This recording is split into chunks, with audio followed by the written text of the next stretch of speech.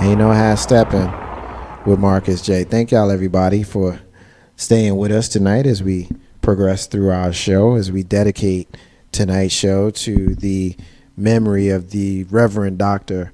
Martin Luther King Jr. Of course, we will be playing clips of his speeches as we have throughout this evening, and we will continue to do so. The segment that you're listening to, of course, we will be talking about what would Dr. King say. So we're going to come to that in a second, as we do every single week. We always profile a missing and or exploited child. Of course, this week is no different. This week's missing child is Mia Josian. Mia Josian has been missing from Fairfax, Virginia since January 6, 2015. She's 15 years old. She's a black female, stands 5 foot tall, weighs 100 pounds. She has black hair and brown eyes. She was last seen on January 6, 2015, wearing a gray sweatshirt, gray sweatpants, and black shoes. She may, in fact, be in need of medical attention. So if you have seen Mia Josian, please contact the National Center for Missing and or Exploited Children on their website, missingkids.com. or contact the Fairfax County Police Department at 703-691-2233, or contact 1-800-THE-LOST, 1-800-843-5678. We need to bring these babies home. Mia Josian, if you've seen her, please get on the horn and let the authorities know. Ain't no half stepping with Marcus J. live from the Den. Legacy Internet Radio. We appreciate everybody that's listening to us live on their TuneIn applications, whether you be listening from your mobile applications or you're listening on your tablet, your cell phones, iPhones. You've got the computer up. You're listening to us from there. You can contact us by phone at 804-402-2893 if you want to be down with the flagship show of Legacy Internet Radio, heard live from the Den of Legacy Internet Radio. Of course, thank you to those folks that are listening to us right now on our replays on YouTube. So I want to thank those folks as well. I want to go in and have a little bit of fun. Let's P, you want to have some fun with us tonight? You want to have some fun? Ow, ow. Jay Grizz, you want to have some fun tonight? I need some fun. That's right. You want to have some fun, sis? Always. All right. What I want to do, I wrote down a bunch of stuff. I don't know if we're going to get to all of it, but I wrote down a ton of stuff. And what I want to do to kind of get the listeners prepared for what we're about to do, what would Dr. King say? And we know that we lost him in April of 1968 in Memphis, Tennessee. And there's been a lot of history since then. You know, going on, what, 50 years? 48 years or 47 years this April it'll be since his passing. It's been a lot of history since then. And when we say what would Dr. King say, what I am going to do is I'm going to lay out a statement or a phrase or a person or whatever it is. And I want you guys to tell me in your own words what you think Dr. King would say. What you think Dr. King would say. And there's a ton here. Like I said, I might get to it or I might not. But the first thing I want to know, Lisa P., you up first. What would Dr. King say about reality TV? What would Dr. King say? Reality TV. I didn't make a 4-minute speech go to 4 hours for y'all ragged asses to be on TV looking like stupids. Your weaves is flowing and your dress is waving. I need you to get it together because we didn't deserve this shit. He cursed. He cursed on this one? Yeah. He smoked cigarettes. So he cursed. That's why. What you think Dr. King would say about reality TV? Yeah, what you think? He would have said in that famous voice, get your ass to class. Grace, reality TV. What would Dr. King say? Dr. King would say to reality, he would speak like, what was it about my vision that made y'all lose y'all way? Right. Putting this on to be exemplary of the culture. Right. Period. You know, I think he would speak more on that. Like you've fallen away from the the message that I was given, not the nonviolence talk, but just uplifting yourself. I think he would speak more towards that. Like, that's not something that is uplifting to people of color, black folk especially. The thoughtism is ridiculous. No, I can agree. I agree with Lissa and Jay in the sense that, I think that he would be embarrassed by it. Yeah. I would think that he would, you see the memes on social media that says, I marched all of this for this, and just kind of paraphrase all of that, We are all human, and we all have emotions, and we all get frustrated. We may express it differently. Mm-hmm. And I think that when I came to the realization that Martin Luther King was a man and not a deity, I realized he got pissed off. Mm-hmm. He had to get pissed off, especially when he knew that his homies were setting him up. But that's another discussion for another day. But if he was here and he saw this mess that was on TV, he's like, yo, man, put your ass away. Right. Read a book. Put your ass away. We don't need to see you twerking. You know what I mean? Like, really. Let them do that. Yeah, man. It's not a good look. All right. Grizz, what would he say about hip-hop? Oh. What would Dr. King say about hip-hop? He would say use it for the right things and not the wrong things. I mean, a little bit going back to thoughtism and reality TV. Like, there's a... You in order to know where you're going, you got to know where you've been, and I say that in regards to your history or your past. And I think that's how Dr. King came along, is that he went to Morehouse. Morehouse came about, for folks who don't know, through the Freedmen's Bureau, which was right after Civil War, and the North had to wanted to educate the Negro. So without even that happening, without having a learned man, whether it was theology, whether it was engineering, whether it was architecture, whether it was a teaching profession, there were people before all the thoughts, before all the memes, before all of those things that laid the foundation for us to want to better ourselves, because we came over here as slaves and came over here with nothing. I mean, nothing. And so to take that legacy, and then because whatever all that Dr. King fought for in the integration, you lose that sense of where we came from, is probably going to piss him off, at this time the most. Like, you got to read a book and do some knowledge. Let's be. On hip hop. Well, being that and I know this may be before your time, Marcus J., do you know really who was in the hip-hop game in that time when Dr. King was around? Well, hip-hop's, in theory, the way the history is written, hip-hop started anywhere from 6 to 10 years after his assassination, depending on what you look at as the origin. And so he would have probably been listening to James Brown and Sly and the Family Stone and stuff like that. Is probably who would have been the precursors to hip hop. Okay, well, I guess sure on Music Today and Hip Hop Today, I'm pretty sure he would be just disgusted and trying to figure out, getting a little lyrics list so he could read along, because you definitely can't understand it when they're talking it. So he'll probably be like, what the hell happened to hip hop?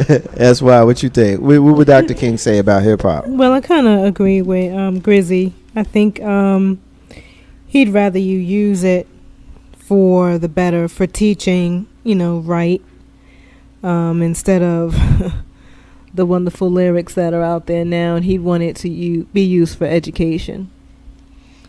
I'm in love with the cocoa. Like, you know what I think? I think that Dr. King would have liked the direction of the previous generation of hip hop. I think he would have liked socially conscious stuff. I think he would have liked Public Enemy. He may not have been public about the fact that he liked Fight the Power and that kind of stuff, but I think in a quiet personal moment with him and the crew, he might have been like, yo, that's my joint. He'd have popped a lot. Because if you really study Dr. King, you study Malcolm X, a lot of times people like to put them in separate boxes, but if Malcolm would have lived a little bit longer, him and Martin would have come, and they would have been in the same place, you know, because Martin had gotten a lot more militant, you know, in the years after Malcolm's death, leading up to his own, and of course Malcolm had become a lot more inclusive after his break from the Nation of Islam in November of 1963. So I think that he would have gotten a kick out of,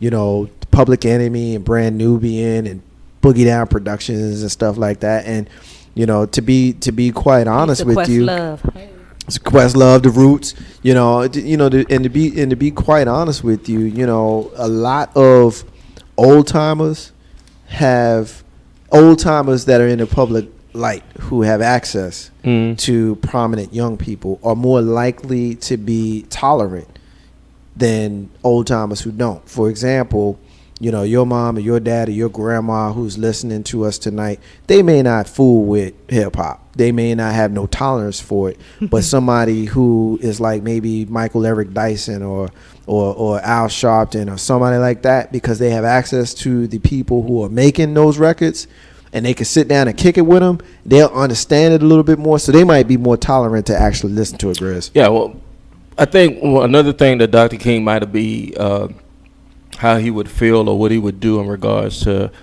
the response to hip hop is that he would be leaning heavily on the music industry to be more represent or more balanced than what it is now, as far as, you know, these conglomerate music companies or corporations, in essence, you know, mass producing is so much garbage out here. Like he would be leaning or boycotting. You know, in essence, I think about what Reverend Al does sometimes. He sits there and he holds, like, he's going to hold Hollywood accountable for those Sony emails. So I think that would be the same thing Dr. King would be doing in regards to these music labels and music corporations. Hakeem says that this man smoked, drank, had sexual trysts with multiple young women at the same time. His business would be out in the street too, so how could he condemn? So that's what he says, that Dr. King's position and honestly, we would have went along with it too. If he was living and a Dr. King would have happened in this internet era, and it came out on Instagram that Dr. King was with Two Thoughts, you know, I don't think so. We would definitely be judging him. And throwing him under the bus. Oh yeah. I thought you was gonna say we wouldn't. Yeah, we absolutely would, because, you know, we know the situation with Jesse Jackson. That was kind of the final nail in the coffin of him being a prominent, you know, person, you know, leading civil rights because of that. None of our real leaders get credibility until they're dead anyway. Absolutely. Mm-hmm. People hate it. And I think people forget about it. I remember a conversation I had with K-Dub when he was telling me about how Dr. King went to his church in Jersey City, Metropolitan Church, on the corner of Belmont, Bergen Avenue in Jersey City. His family church of mine, a family church of his. Dr. King went to this church in late 60s before his death, obviously. And K-Dub was telling me about how the old timers were telling him they ain't want him to come. They didn't want him there. And when he came, the church wasn't full, and they didn't want him to come. He was a rebel. And, you know, I've heard stories about how when he had his apartment in Chicago, people don't know this, that King lived in Chicago for a while, and they was hating on him, and they was giving him shit about it. So that's why. What would Dr. King say about the 70s sitcoms? Sanford and Son, Jefferson's Good Times, shows like that. What do you think he would say? What do you think he would say about that? That's my mama. I think he would love them. Yeah? Why? I mean, they were fun. They represented, you know, some true families, like Florida and James. They represented real, true families, you know, regardless of where they lived and what their income were. You know, there were teachings in that family. You know, they were teaching their kids right from wrong. They were teaching them to get to school, go to school, and then they still laid down the law. You know, I'm the boss, I'm the parent, making sure that they had respect. I think he would have loved those shows. Lester, what you think? Yeah, versus this ratchetness. No, but yeah, I totally agree with that's why. I mean, and not only from, even though I know we're talking about us in general, but even shows like, I know Marcus J, one of your favorites, Little House on the Prairie. I'm pretty sure, you know, he would like a show like that, which means something, and at the end, you know, comes to an end result of doing something good for somebody or other people. But I feel like, he would, as much as I enjoy them, I'm pretty sure he would enjoy them as well. As long with the Parkers and, probably living single. Yeah, and some of those other ones as well. But I think he would have loved Martin. Oh, yeah. I mean, totally. I mean, I don't know. I don't know if he would feel like that would be somehow degrading us in a way. Right. But I mean, I feel that he would get a kick out of it because, like I said, I was watching, I think, Good Times the other day. And, really back in the day, and Sanford and Son, like, they could really use the N-word on TV. Oh, it was just racist back then. Drop it, I was like, wow. Yeah. So, again, with him watching Sanford and Son. Archie Bunker called us a darkie. Would he appreciate that as well? Right. Would he dig it, for the slang that is allowed to be used or to be televised for all the world to see, which is something he's trying to get us out of, being labels or what have you, Chris? I think, glad that you said this because I was watching, I want to say it was either Good Times, it was one of those 70 black sitcoms. And it wasn't like it was a lot, but I took the time out to look and see who wrote those shows. And Norman Lear, who, if you know Maude or All in the Family, the Jeffersons, and not Sanford and Son, but Good Times, Norman Lear was a white Jewish guy who produced and wrote all of those shows.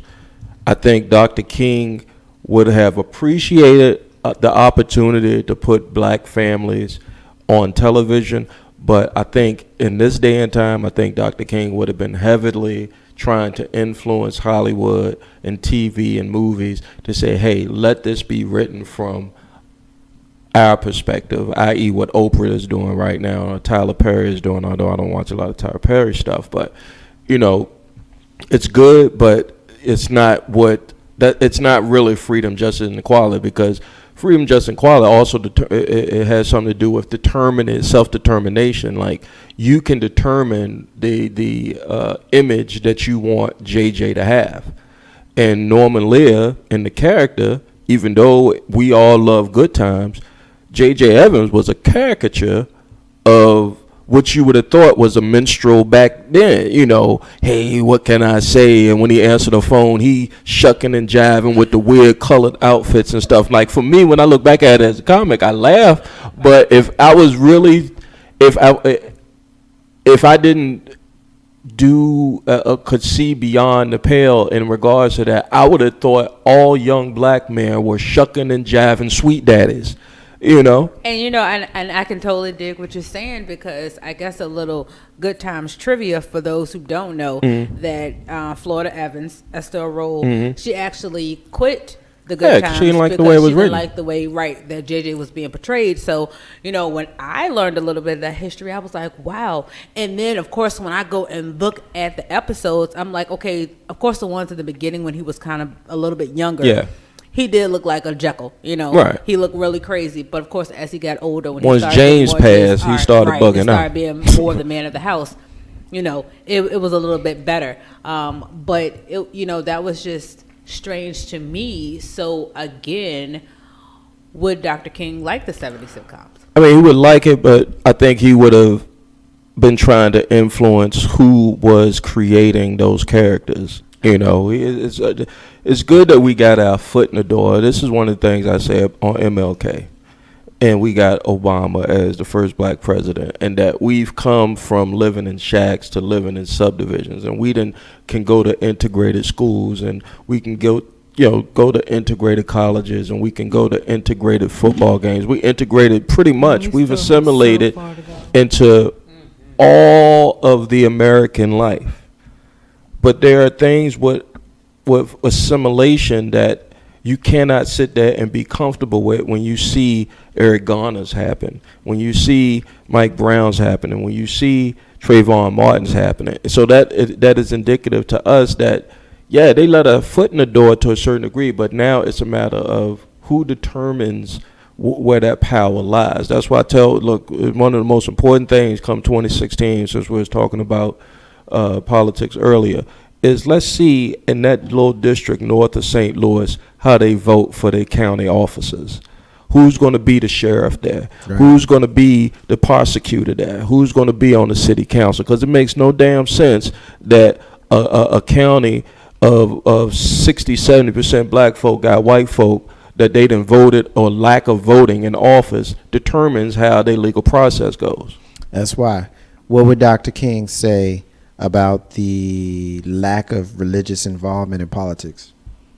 Oh boy.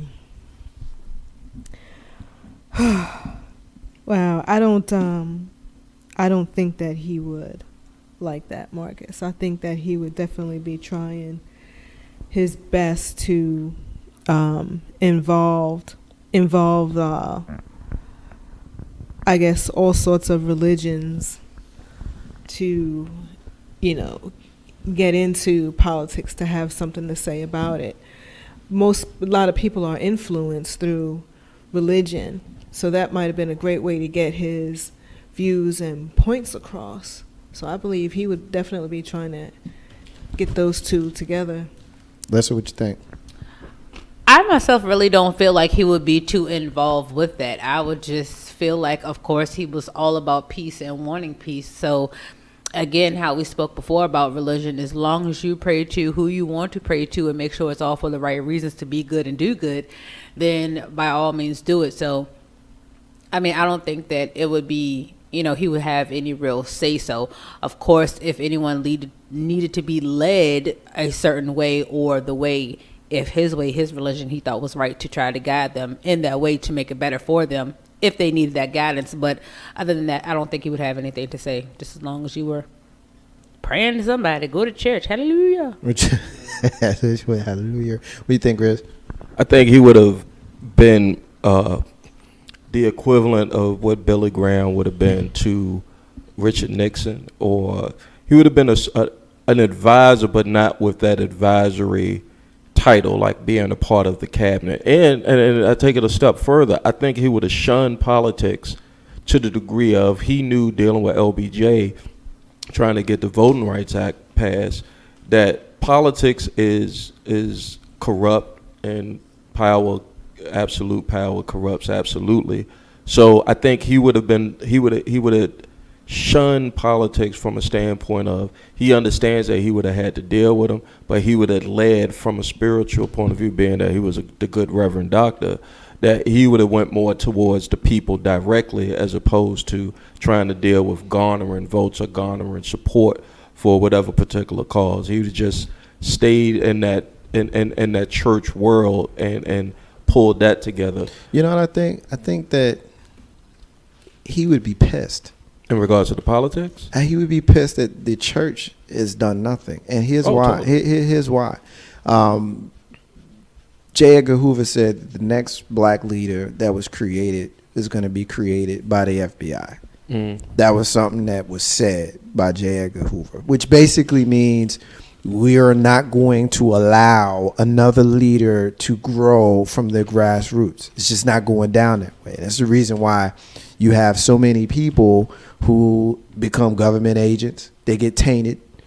We know about, Al Sharpton. You got people who have little tiny situations that come up and they trump up charges and they sully the name. We already talked about that. 501Cs.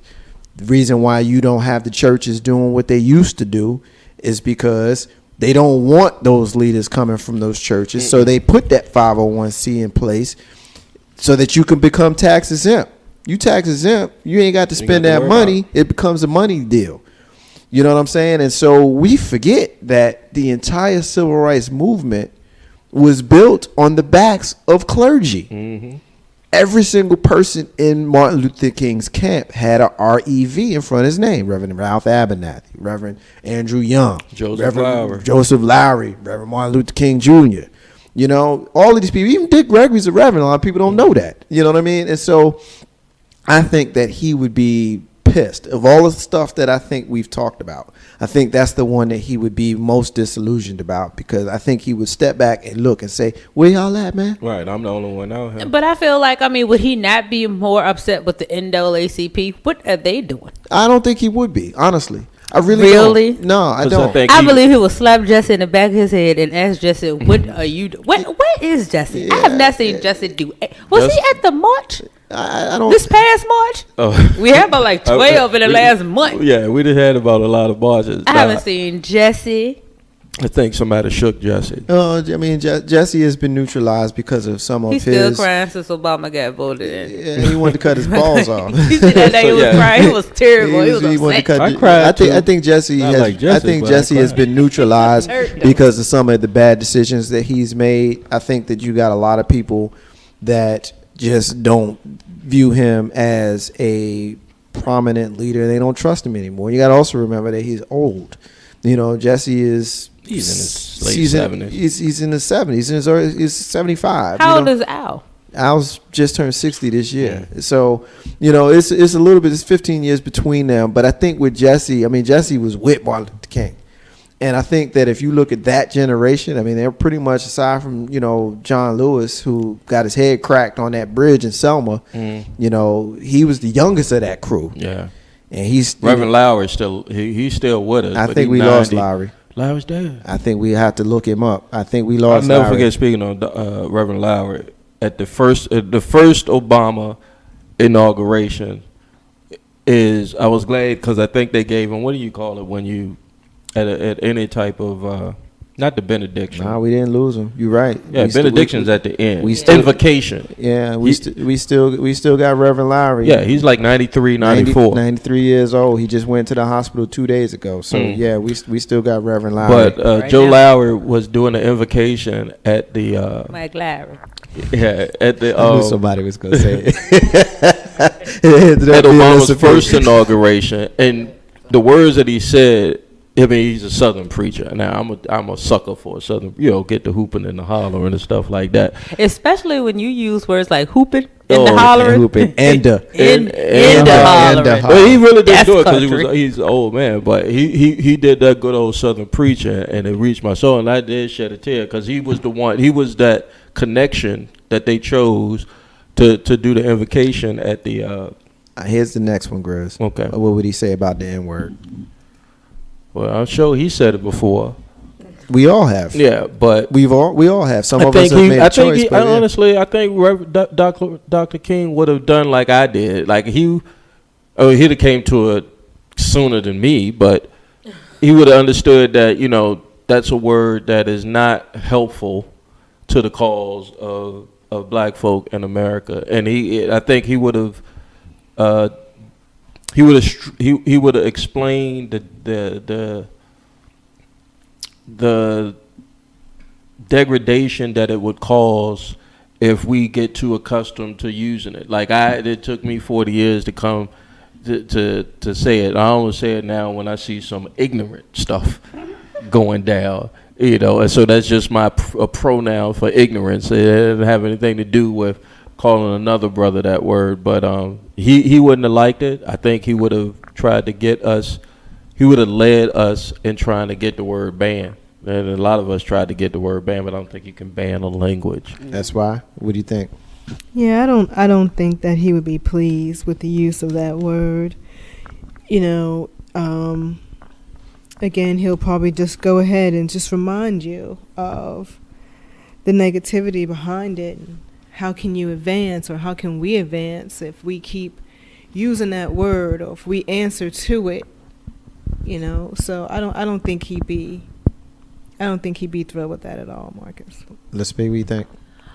Of course, I feel like he wouldn't be pleased with the word being used so loosely, but I also, in that saying, and I understand that we're celebrating Dr. King, but I also just want to put out there too, you do have President Obama who is right now in this generation's era, who can basically almost, I feel sometimes is like a Dr. King, who he's been said to be resembles some like or somewhat, or especially his speech when he talks, but he's basically doing the same thing. He's basically the new age of teaching Dr. King's dream, along with a little bit more advancement. And how many of today's people, kids, anybody listening to him, You know, so Who, to Dr. King? no, to President Obama. So I mean, would Dr. King have any more significant importance more than He would have. The president. you think so? Yeah, he would have.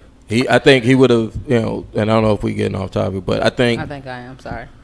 No, what you're fine. Cornel West and what's my man that do PBS? Tavis Smiley. Like from the left, I'm speaking of like Obama. First of all, Obama, I don't think, looking back on his presidency, being that he's only got 2 years left, he had this ideology of being this change. He ran on change, but he did not understand, and I hate to think that because he's a very intelligent man. You know, I don't think he knew what he was up against once he got into office. And so what happened was when he started talking about giving free health care out, when he talked about cutting taxes, when he's talking about a minimum wage, when he's talking about, you know, the environment that affects more people of color than it does, you know, people that are well off, he had to kind of back off of those type of things because of the right and because of the white folk, mainly in the South, or whoever the Republicans that voted for Republicans was saying our objective is to stall him and make him a one-term president. So I think what Dr. King would have done in this day is he would have held more to the fire than even us, the folks the actual people that would have voted for him, because the left or the progressive did not put up a fight to Obama at all. Since we're on the subject, I do have that written down. What would he say, Grizz? You up first real quick because I want to get through a couple of these real quick before we get out of here. Barack Obama. What would he say about Barack Obama? You got that, but you ain't know what to do with it. And you needed somebody to get you to see where you at. And it's a shame. I'm ashamed to say it 6 years into his presidency. I do know that he's a what does it call him? Scholar, lawyer, constitutional lawyer. Yeah. So he knows how the government's supposed to work and what's going to work. But when you get that chance and that opportunity to put forth, and I'm not talking on any racial policies or anything like that, but to affect the country in a different way, you're supposed to take advantage of that. And you know, the folks didn't let him do it. And so I think Dr. King, if he was alive and to this day, he would have been in the left's ear or in the progressive's ear saying, hey, hold him accountable. Hold Obama accountable because we're the ones that voted him in there and we're the ones that we can, you know, vote him out. Listen. I think what Dr. King would have had to say about President Obama is job well done. You've done well for what you were given and what you were able to work with, because it's very hard to do those things that you speak of when you have no one helping you. And when you know, and of course everybody always says they think the president is actually the top person, but he actually has people that he has to go through as well. So again, I feel like that Dr. King would have told President Obama, job well done. Yeah, job well done. That's why we think. What would he think? What would Dr. King say about Barack Obama? Well, I think he would be, you know, proud, I guess, that we have a black president. One of the better things that we would try to, you know, get. Let's see how I'm gonna get this out. You know, it's a good step. It's a great step, but it's still a small step. And I believe he would call upon him to make sure that he does do right in the White House for everyone. You know, I think it's not so much that, we've got a black president now, but let's make sure he represents the rights of everyone equally. Hakeem is still listening to us. He's going back to what we were talking about Obama a minute ago. He's saying that he thinks Obama knew what was the deal. He knew we did, and we believe and follow him, which we did. Mm-hmm. Yep. Next one, Lisa, you up first. What do you think Dr. King would say about BET? I feel that he would probably think that it's somewhat, God, I was going to say a disgrace, but I I feel like that he would think we could do better.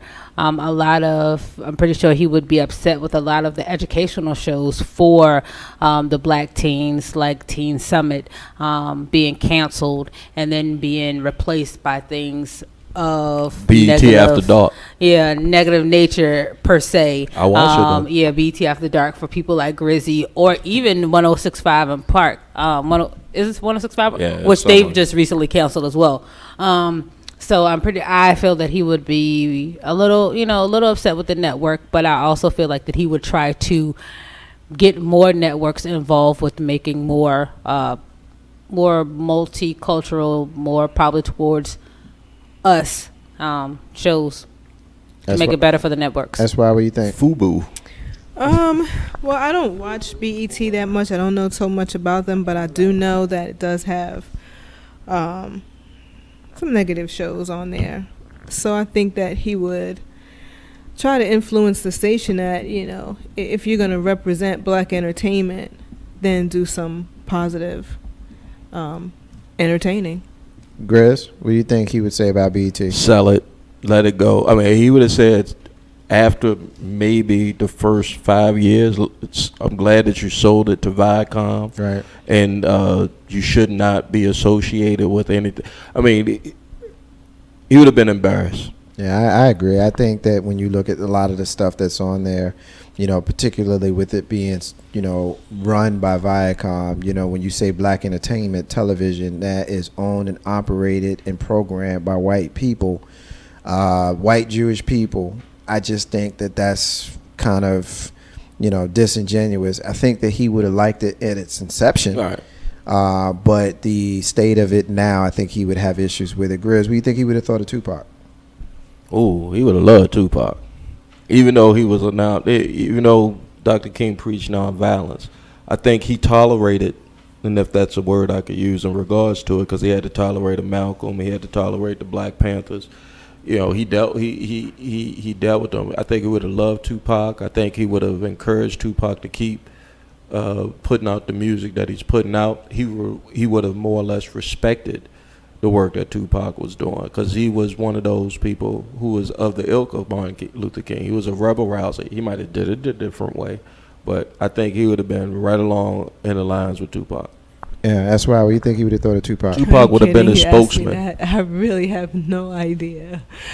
I'm not good on the rap game and who said and believed in, so I really don't know. Lisa, what do you think? I actually think that Dr. King would appreciate the lyricist that he was, as far as the things that he was trying to teach as well. I think that he would have understood where Tupac came from, where his lyrics came from. So by him, again, trying to be a teacher and an educator, he would have understood it. So I think he would have dug Tupac. I think he would have loved Tupac. I absolutely think that he would have loved Tupac. I think that he would have taken great steps towards being a mentor to Tupac. I think it would have been a situation where it may not have been a public thing. You may not have known, but I think they would have had a personal relationship where like a Jay-Z Obama type. Like a Jay-Z Obama or like a Puffy Al Sharpton type of deal. Showed him how to move. Where he would have taught him how to move and how to move in certain circles and how to, calm himself and kind of subdue his passion a little bit and not be so aggressive about how he went about certain things. You don't always have to tell everybody what you're thinking. And I think that he would have appreciated that. And I think that Martin Luther King loved Malcolm X, and I know that Malcolm X loved Martin Luther King. And I see so much of Malcolm X in Tupac, and I see a little Martin in Tupac. I think Martin would have absolutely loved Tupac. Absolutely. A couple more, and then we're going to move on towards the end of the show on our rants and closings. Listen, P, what do you think that Martin Luther King would have thought about Bill Clinton? First black president, some like to call him. Right on praise. I mean, I don't know. I think he would have dug him too, really. He probably would have played a little music with him, had a couple of cigarettes, talked a little bit. Talk about some girls, asked if they have any more monikers with them. What you got for me, Bill? They would have been on first name basis, Bill and Martin. So no, but I I actually think he would have dealt with Bill Clinton as well. You know, being that he was, like you said, quote unquote, one of the first blacks hip. I think he would have also tried to take him under his wing and mentor him a little bit. You know, he would have seen pictures of them, you know, in the Time magazine, you know, having lunch, things like that. So I can dig it. I think he liked Clinton as well. Yeah. What do you think, Chris? I think he would have dealt with Clinton like he dealt with LBJ. Honestly, I think Martin Luther King was very aware of politicians. I think he knew politicians were corrupt, and I think he knew how to play them, because I think he had a leg up on politicians because they had a moral error within them, and he didn't have as much of a moral compass like a politician had, because a politician is more on the, you know, power side, and a preacher is not on a power hunger side, but more on a progressive, let me help grow other people. And so I think he would have tried to play or try to influence Bill Clinton. I think Clinton would have tried to do the same to him, you know, i.e. why did Clinton go on Arsenio Hall? You know, he's a politician who is courting the black vote, right. You know, and I think Martin Luther King, and I'll get a perfect example of when the welfare bill was passed in '94, he would have been the one in Clinton's ear saying, look, you can't force these mothers off the roll because all these white Republicans is telling you that black people are the only ones getting food stamps. You know, he would have been that one. It would have been a mutual relationship of each other trying to get what they want from each other. Right. And I would lean more on Martin Luther King because I don't trust politicians. Nah, I can dig it. Police brutality and stop and frisk. What do you think, Chris? I think that would have been, in this day and time, that would have been the same calling he had back in the civil rights era as far as integration. I think he would have been on the front lines. That cop in New York, that's the union head, he would have went directly at him.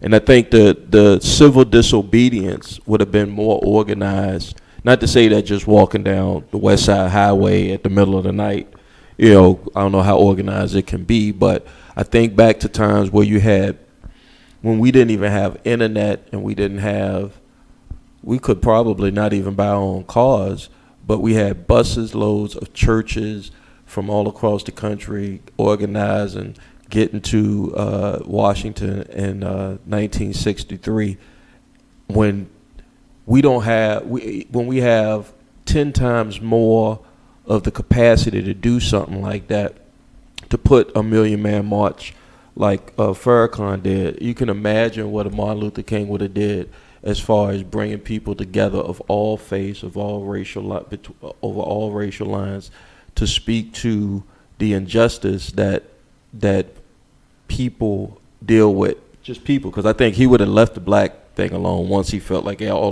we got the schools now, he would not have left that alone, but he would have started going on other higher injustices, right, other than the racial line once he got past that. So yeah, he would have been crucial in that. He had a quote, Lissa, I can't remember the exact quote, but it was something along the lines of injustice anywhere is an injustice everywhere, or something along those lines. So that right. speaks to what you were alluding to there, Grizz. Stop and frisk, police brutality. Listen, what would Dr. King say about that stuff? Of course, I feel like he would be irritated and frustrated, just like the rest of us are.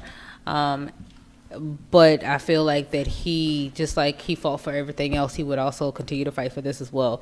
Whether it be continue, also like Al Sharpton, doing marches, or, you know, going to these people in their offices, in their faces, having these meetings to make these changes, to get these bills rewritten, these laws rewritten.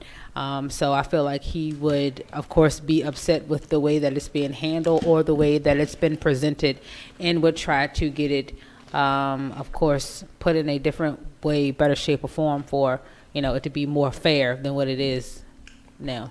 You know, I have Steppin with Marcus J. I think that he would be I don't think there would be any difference in his rhetoric with regards to stop and frisk and police brutality, because these are things that he was already kind of dealing with when he was here. You know, there wasn't a pronounced or a named policy called stop and frisk, but there was certainly police brutality. Called lynching. Well, yeah. You know, I mean, it was definitely police brutality, and he was very clear about, you know, his position on that with the nonviolent displays, or the nonviolent civil disobedience was the way that he attacked it. And there is no difference, in my opinion, with regards to how that is relayed upon us now as a community versus how it was back then. You know, it wasn't quite as overt, but I mean, again, I always talk about how we deal with James Crow Esquire Jr. You know, instead of you rocking the white sheets, you rocking the black robes and the blue shields. You know what I mean? So I think that Dr. King would have a very strong lobby against it. And I think that if he was still here, I think a lot of things would be different. The unfortunate reality is, I think a lot of the people who were not fond of him feel the same way that I feel. You know, a lot of people don't realize this, but in 1999, the King family won a civil lawsuit against the United States government for the assassination of Dr. King. What does that mean? It means that he was assassinated by his own government, who turned around and made a national holiday out of him.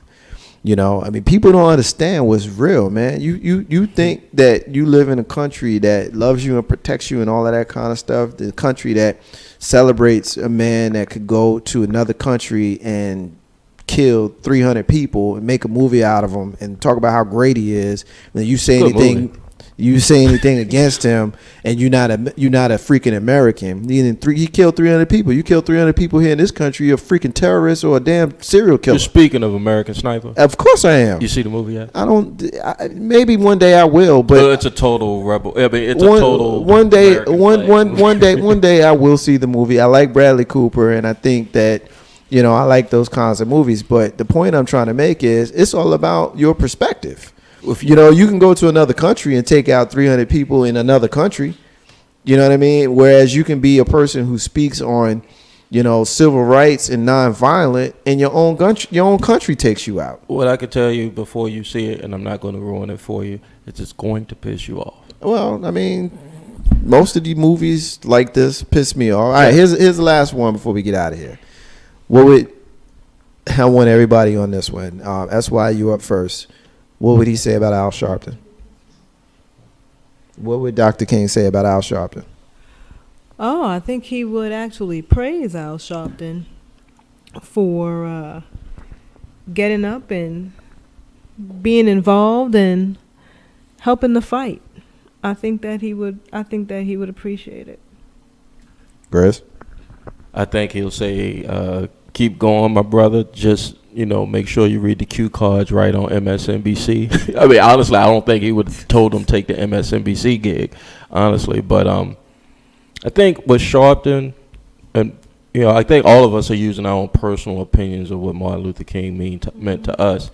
But I think he would have been encouraging the Dr. of Al Sharpton. I just think he would have, because it takes people. I don't know if people understand. It had to have taken from Martin Luther King to get to accomplish what he had accomplished. It took a lot of discipline. Yeah. It took a lot of discipline, because he could have easily went the other way. After I saw the joke, somebody say he got hit in the head with a brick.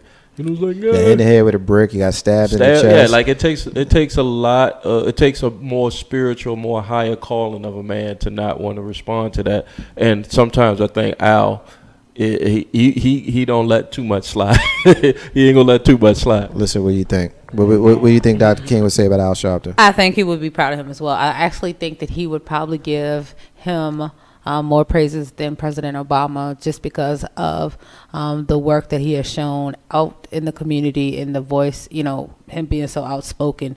And I guess, of course, President Obama has limited things that he can say and limited things that he can do without looking like he's going so pro-black. So I really think, again, that Dr. King would definitely be extra proud of Al Sharpton. I agree. Hairdo and everything. Go ahead, slick.